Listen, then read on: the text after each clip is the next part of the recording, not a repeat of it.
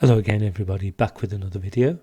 This time looking at the V2 rocket, and I've appropriately called it Fake 1. Now what you see in the films, you do see a rocket of sorts going up in the air, but a rocket that goes into space and a rocket that lands on London and blows up, no, definitely not. There were explosions in London, yes, but they certainly weren't caused by these pieces of shit here. And if you want to see any real proof, the best proof probably is out there that these things are fake, is take a look at this video by QNFee, or Q Network File Explorer, or as I know him as Q. And in this video, Q shows how the launches were very, very inconsistent in terms of the filming, and also their construction, where everything seemed to be resting on the flimsiest bit of metal plating.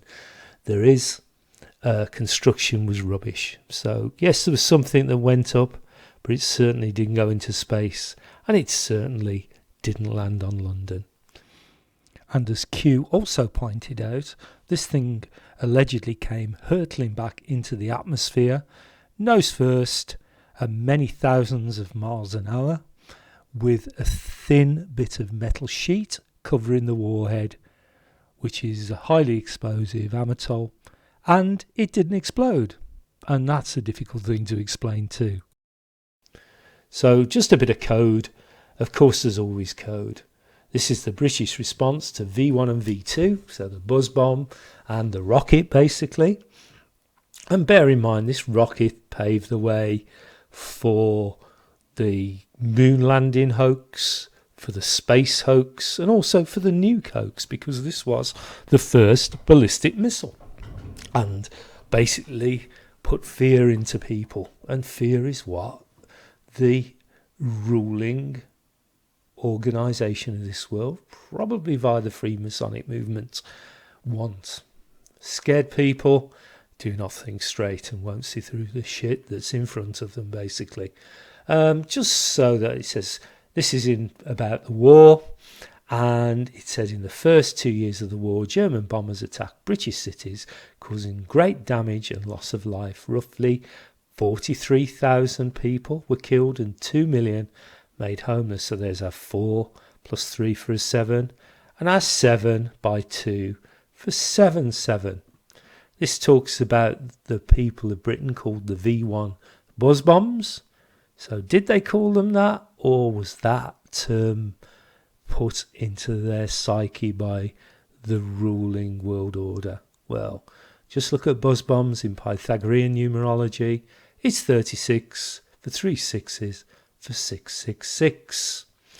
And the first was dropped in Swanscombe in Kent on the 13th of June 1944, and the last one in Orpington in Kent on the 27th of March. So there's our 273, so 7 threes for 777 and 2 sevens for 77. It says during that time 6725 were launched at Britain. Of these, 2340, so 2 by 3 plus 4 for a 7 for 77, causing 5475 deaths. Add those numbers up and it comes to 21 for 3 sevens for 77, with 16,000 injured. So there's our 1 plus 6 for a 7. So V2 rockets first launched against England in September 1944, and over the next few months nearly 1,400 struck London. So 14 for 2 sevens for 77. So we've got coded V1s, we've got coded V2s. And if you look at the video on this channel, which is a mirror of one of Q's videos about the bombing of cities, you will see that there's lots and lots of 7 code. And there's lots and lots of 7 or hoax code in this too. So there's a bit more V2 code. More than 1,100 V2s hit southern England alone, causing an estimated 270 for 77 deaths and 6,500 injuries. So there's our 6 plus 5 for 11, 2 plus 7 for 9. So not only have we got 7-7, we've got 9-11 code here. Because the Germans could not pinpoint targets with precision, anyone within the surrounded areas could be hit. V2s killed a total of 7,000 people in Europe. And this is adapted from the Blitz, Then and Now, Volume 3. So these figures are out there for if anybody wants to know the source, they can look it up for themselves. So here's the wonderful V2 rocket. And you will see in QNFee's video that there is a metal plate here that everything is attached to. And these things are just balanced on top of it, and it takes all that force. Just so some of the references you'll see for burn time for this is 68 seconds, because this thing didn't burn all the way, and 6 and 8 is 14 for 7-7. It also quotes 63 seconds in certain literature for 666. So liquid oxygen, alcohol, mixed together and burnt here. And allegedly this thing went to space. But take a look at Q's video on that one. Now there's a bit more code in the V2 specification. Well, it's 14 meters long. So there's 14 for 7-7. It's got, this is just a bit of interest because we'll come to this later, 1,000 kilograms or 1 metric ton of amatol. And amatol is 50% TNT, 50% ammonium nitrate, and it gives a yield equivalent to TNT to 910 kilograms. So bear that in mind when we get to later. Wingspan 3.56 meters. Add those together, we've got a 14 again for 7-7. It's 11 foot 8 inches. There's our 11 by 8 for 88. 8 plus 8 for 16 for 7. And here's an 88 here, look. Flight altitude 88 kilometers, 55 miles. Okay, so we've got a trajectory here. A 206 kilometers maximum altitude if launched vertically, or 128. So we've got 2 6s for 66 there. 2 plus 6 is 8, 9, 11, and we've got a 19 here. Maximum speed 5760 kilometers per hour. Add those up, 5 and 7 for 12, 6 plus 8 for 18, and we've got impact velocity of 2880. Add those up, we've got another 18 for 3 6s for 666. Now this here 1790 miles per hour. Impact velocity is meant to be this speed here. I think it's nearly 3 times the speed of sound, and that's 2880 kilometers or 800 meters per second, or 2,625 feet per second. And just a bit more information, the combustion burner reached a temperature of 2500 to 2700. So there's a 7, there's 2 7s, so we've got 3 7s for 777. So heavily 7 coded as always. Oh, and the thrust was 25 metric tons for another 7.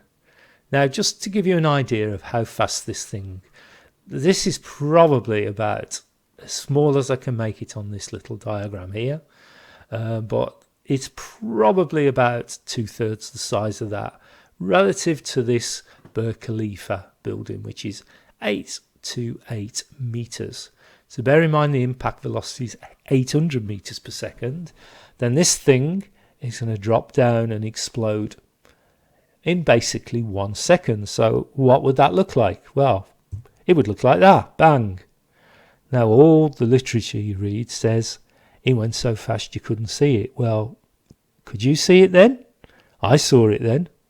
So maybe you could see it. But let's move on.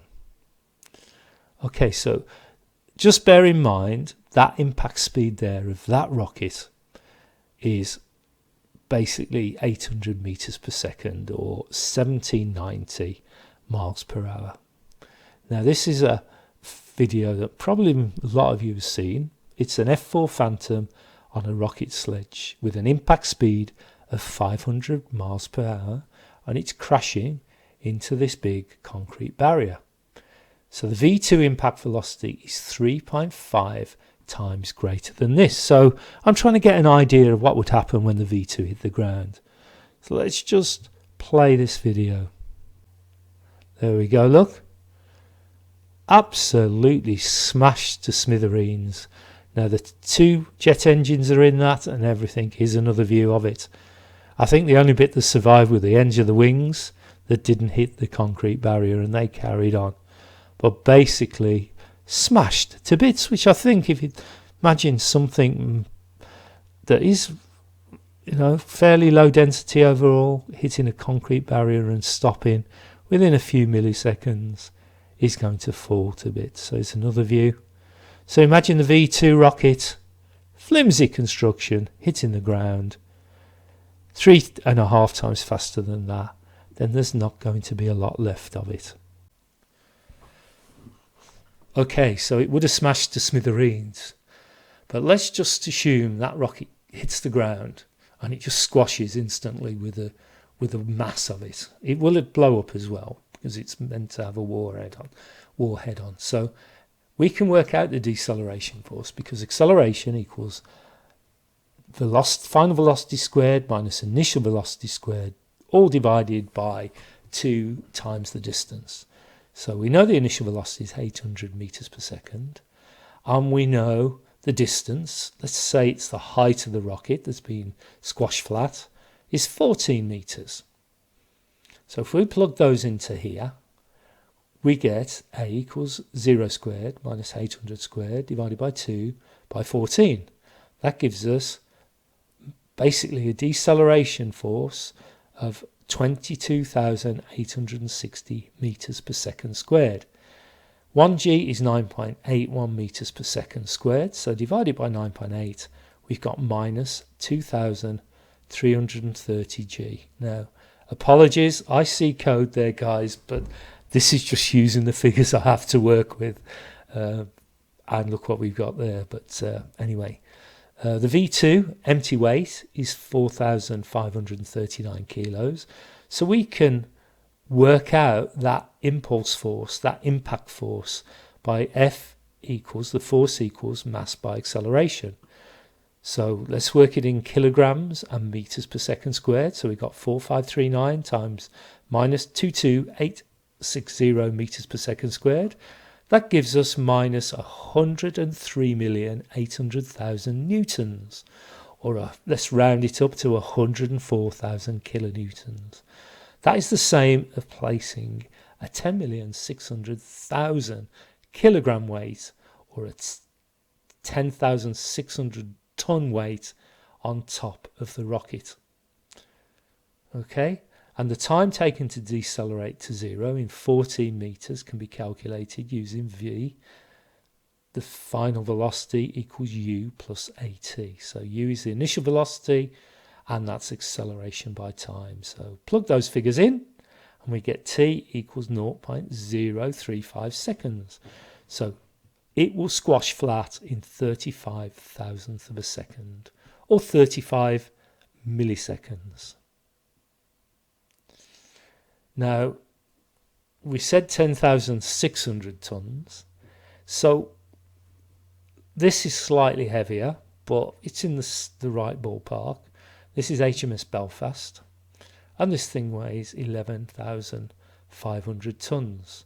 This is to scale, so that impact force is the same as putting HMS Belfast on top of that very flimsy constructed rocket. So what do you think would happen? It would go and it would be squashed flat. So imagine those forces when that thing hits.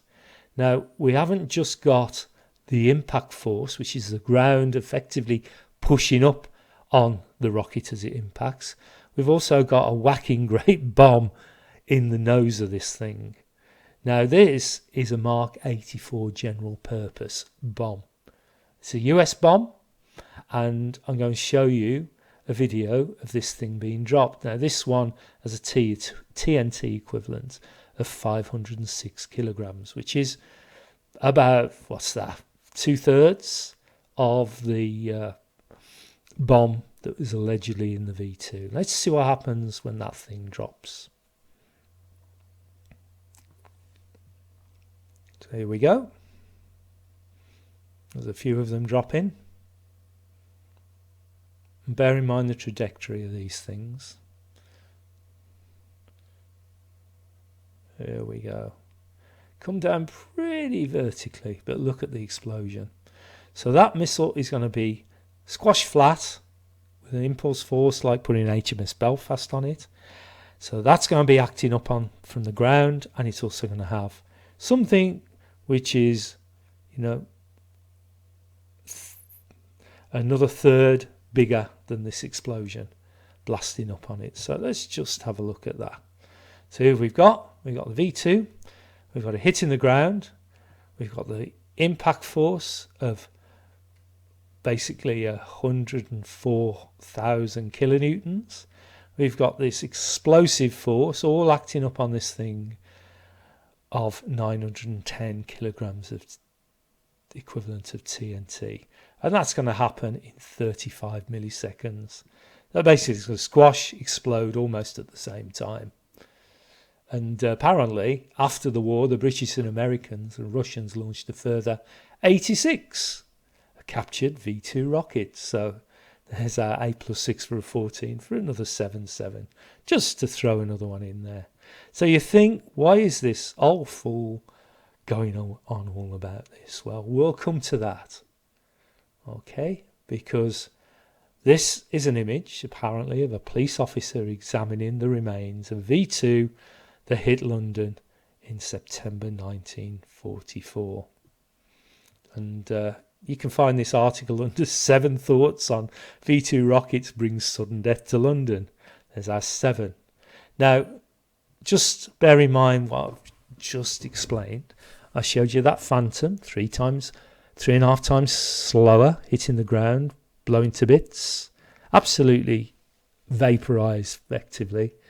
I've shown you the V2. I've shown you the immense force that's on it as it hits the ground effectively acting upwards on it with 104,000 kilonewtons, a whacking great bomb on the end of it. And apparently this rocket motor is here, little bit of a damage. Why is this in one piece? Why is this in one piece? It's impossible. From those figures I've just shown you, it's impossible. So whoever put this here dropped it here. Yeah, this was not part of a V2 that hit the ground and exploded at 1790 miles per hour. This is fake. So if this is fake and this is German technology and this thing shouldn't be here like this, it's been dumped there. It's dumped there by the common ruling body that ruled over the whole so-called war. Now, I'm pretty sure there were explosions. What I'm saying is they weren't caused by a V2. In an effort to make these V2s look real, they've actually given the game away by dropping bits of debris, parts off a so-called V2 in London that didn't come on a V2. Maybe an area was blown up and then in went the people with a truck and dropped this bit of rubbish basically where you can see it. So that's meant to have been on the back of a missile travelling at 1790 miles an hour and hit by a massive explosion too. And look at it. It's a joke. It's impossible. So people, I reckon, were moved out of areas. A bomb was exploded and then they dropped the debris. Now, so there always could be some sacrifices. Some people lost their lives in accidents or people they just wanted to get rid of. But this is the same side controlling everything. It has to be. There's no two sides. There's one side orchestrating this event. So this is just showing you the war was controlled by the same organisation. And we'll probably see a few tips. So here it is again, and here is a V2 rocket assembly. Look at this. All this is all intact, and it's been subjected to the most ridiculous forces. Come on, guys, you've got to see this is fake. And here's another one, look.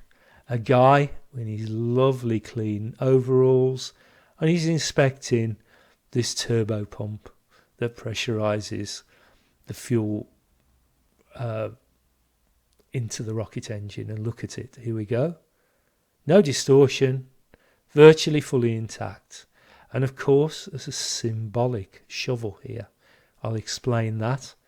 But if you watch the video, Q's video on the city bombings, which is on this channel, or you can go and watch it on his channel, you will see lots and lots of people standing in the most ridiculous amounts of debris, holding shovels, and all looking very, very neat and tidy. And we'll explain that later. So here's another one, look. Object description: damage caused by a V2 in the foreground. A man inspects the propulsion unit of the V2 rocket bomb. Now what I've tried to do here is to show that this is different to this. So this is yet another one. And look at it. And this is the Imperial War Museum. Again, it's in one piece. How can it be in one piece? It can't. It's impossible, because it didn't come down on a rocket. It was placed there to make people believe that a rocket did the explosion. Now, if the V2 didn't do it, and there weren't any Germans to blow things up in London, who did blow it up? Yeah, you have to explain that. And who dropped that as evidence? The same organisation that rules over the world we live in. Now, there's an ex-fireman that I'm going to show a clip of now, claiming that you heard the explosion, and then 2 seconds later, you heard the whoosh of the V2 coming down. Now, let's take a look at that clip right now. It came over and came down faster than the speed of sound, so that you heard the explosion from the bomb and then heard it come in a second or two afterwards. And it used to sound rather like a tube train coming into a station. Now, Cyril 33, that is not right. Take a look at this diagram, everybody. We've got the rocket coming down, pretty steep fall. The whoosh will be going to the left to whoever's listening to it, and so will the bang. There will be no split. There'd be a bang and be a whoosh if it was real. Now, if it was 2 second delay, the whoosh would have to be separated from the bang by about 0.42 miles, because the speed of sound at sea level is about 0.21 miles per second. So where is that half a mile? It wouldn't. It would be continuous. So Cyril, you've either forgotten what really happened or you're lying. I'll let people make their mind up on that one. Now here apparently is a massive crater caused by a V2. And we've got all this monstrous great hole and all these railway lines damaged. And we've got guys in their suits with shovels. Now, what on earth are they going to do here with shovels? Maybe they're not doing anything, but just giving you some symbolism. And if you want to know what the symbolism behind a shovel is, a shovel, an instrument used to remove rubbish, it is one of the working tools of the Royal Arch Mason, and symbolically teaches him to remove the rubbish of passions and prejudices, that he may be fitted when he thus escapes from captivity of sin for the search and the reception of the eternal truth and wisdom. So this is a V2 rocket incident near Palmer's Green Station, crater made by a rocket after the explosion. And we've got 7th of November, 7/11, for 77. And here are the symbolism in a Masonic lodge of the tools of the Royal Archmasons. So what they're showing is who's responsible for this, guys. Who made this explosion? The people that run the world, the Masons. Now here's an explosion, apparently of a V2. And I've been looking through this to try and find where the immense crater would be of that rocket, hitting the ground at 1790 mile an hour with a 900-ton TNT equivalent bomb on the end of it. And zoom in. Can you see a crater?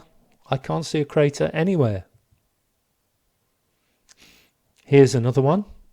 And this one, again, I can't really see a crater, but that's not the main reason. This is the aerial view showing the damage resulting from a German V2 rocket missile which exploded at the junction of Wanstead Park Road and Arnsley Gardens in Cranbrook, Ilford, Essex on the 8th of March 1945. As a result of the incident, 9 people were killed, 15 seriously injured and 19 slightly injured. Okay, so if we look at the people here, 9, 15, 19, they all add up to 43 for a 7. 8 houses were destroyed, 16 had to be demolished, so 1 plus 6 for a 7. 33 for masonry were rendered uninhabitable, and 116, there's our 11 by 6 for 66, was seriously damaged. And the photograph clearance work is underway on the site. At the top left can be seen demolished houses on Belgrave Road, the result of another hit by a V2 on the 21st of February for 3 sevens for 777. And I think that's here, yeah. And if we look at these houses and add them up, we've got an 8, we've got 16, we've got 33 and a 116. That gives us our 173. Again, 777. So this is apparently another V2 rocket hit. And we got these guys standing around, not looking that bothered at all. And look at the number plate here, GGU 137. So GG for 77. We've got U21 for 3 sevens for 777. And we've got 137, 3 sevens for 777 in that diagram there. Now this is remembering the Mackenzie Road Boxing Day bomb of 1944, which killed 73 people. So there's our 73 people were killed and 168 injured, 86 of them severely. So there's our 14 for 77. The V2 launched in Belgium took less than 20 minutes to reach its destination. The motor only burnt for 1 minute of that time. It exploded at 9:26 p.m, leaving a 30 feet deep crater and 15 feet wide. So when I say, where's the crater in those videos, I'm looking for something like this. And it destroyed water and gas mains. The impact was sorely felt. The Hopwoods of 33 Rhodes Street lost 5 members of the family that night. In 123 Mackenzie Road, so there's our 1 and 2 for a 3. So we've got our 3 for 33, 33 here. Directly opposite the pub, 7 children aged 14 months. So there's a 7. There's 14 for another 7. So we've got 777 there to 17 years from the Jarvis family died. So just take a look at some of the code here. Mackenzie, plug that into Chaldean calculator. We get 33 for masonry. And we've got Rhodes Street. And what does Rhodes give us in Pythagorean numerology? It gives us another 33. So code. Now this apparently was a bomb that landed, a V2 that landed on a Woolworths, and it apparently was the worst V2 incident. This is a bit of the clip. Comets that dive from 70 miles 70 there. Obviously changed from the 55 we saw earlier. And we've got here the 25th of November, 1944, 12:26. So we've got 25 for 7. We've got 25 plus 11 for 36 for 666, 11 for November. We've got 2511, that adds up to 9. And then we've got 1226, which adds up to 11. So we've got a 911 code there as well. We've got 168 people killed and 123 injured. Add all those up, comes to 21 for 3 sevens for 777. And we've got a 1 plus 2 for a 3 and a 3 for 33. So very coded. So let's just take a little look at a video of a lady who is recounting this incident. So let's take that video away now.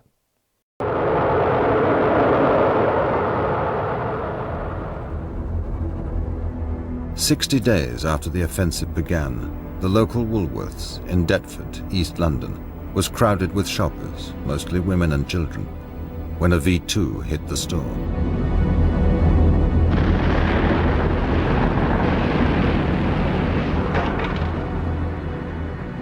My school actually was more or less on the corner opposite where the bomb had gone off. But it was a very devastating thing. We knew lots of the women that were in the shop. They were neighbours, and I can remember one of their children came into us and said, "Mummy hasn't come home," and actually Mummy never did come home. We didn't know at the time, but it turned out to have been the biggest V2 disaster in Britain. The shoppers never had a chance. 240 of them were killed or seriously injured. In all, 1,100 V2s struck England, causing over 9,000 casualties. Destruction of property was massive. In London alone, 500,000 houses were destroyed. Okay, so there you go. Mrs. Hudson, yeah. Mrs. 33, son. And they love their son word. Okay, code word. Okay, so there's a bit more of a V2 combustion chamber found September the 3rd, 2003. So they're still pushing this hoax. And you can look at it here. This thing should be non-recognisable, blown to bits, squash flat, but it hasn't. So obviously more and more pushing the hoax. Now you probably saw it on early photographs, but if there's one thing that wants you to know who's behind the hoax of this V2, it's here in black and white, literally in black and white, the checkered floor of Freemasonry. So there you go. And a few of the Apollo rockets were painted like that too. Okay, so that's the end of this video. V2s didn't go to space. V2s didn't land on London. They paved the way for the nuke, space and globe hoaxes. That was their purpose. Obviously as well to bring fear, but it's all part of the plan. And I'll prove in a video I'm going to make for James LE that rockets don't go to space. They never have gone to space. Any part of the V2, if they were real, would have been obliterated. The only reason you see a full combustion chamber and a nozzle is because somebody dumped it there. And if only one side had the technology, how did they have that piece of equipment to dump there? Dent it a little bit, make it look like it's had a rough time, but it was impossible. So that's the end of this video. So thanks for watching. Thanks for listening. Goodbye.